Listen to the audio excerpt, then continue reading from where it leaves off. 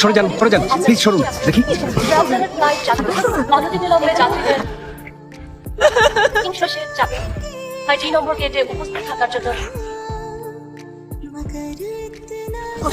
কি করছেন আমি তো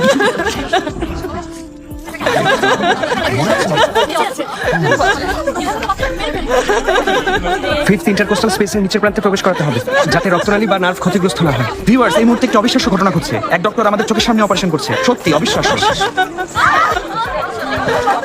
দেখতে হবে না, চোখ বন্ধ করে থাকো।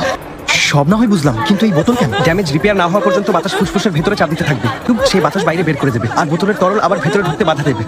মানে হচ্ছে এটা ওয়ান ওয়ে ভালভ। হ্যাঁ, নিঃশ্বাস নেওয়ার জন্য।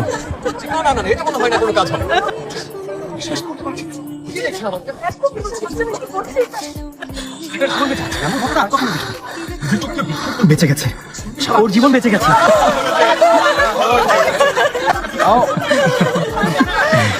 ধন্যবাদ। ঠিক আছে ধন্যবাদ। এখন শ্বাস নিচ্ছে, ইন্টারনাল ব্লিডিং হতে পারে, এখন হসপিটালে নিতে হবে। জলদি আনুন, জলদি। এদিকে। আপনি সাথে আসবেন না? আমাকে এক জায়গায় যেতে হবে। গেলে ভালো হতো, পথে যদি আমার ছেলের কিছু হয়।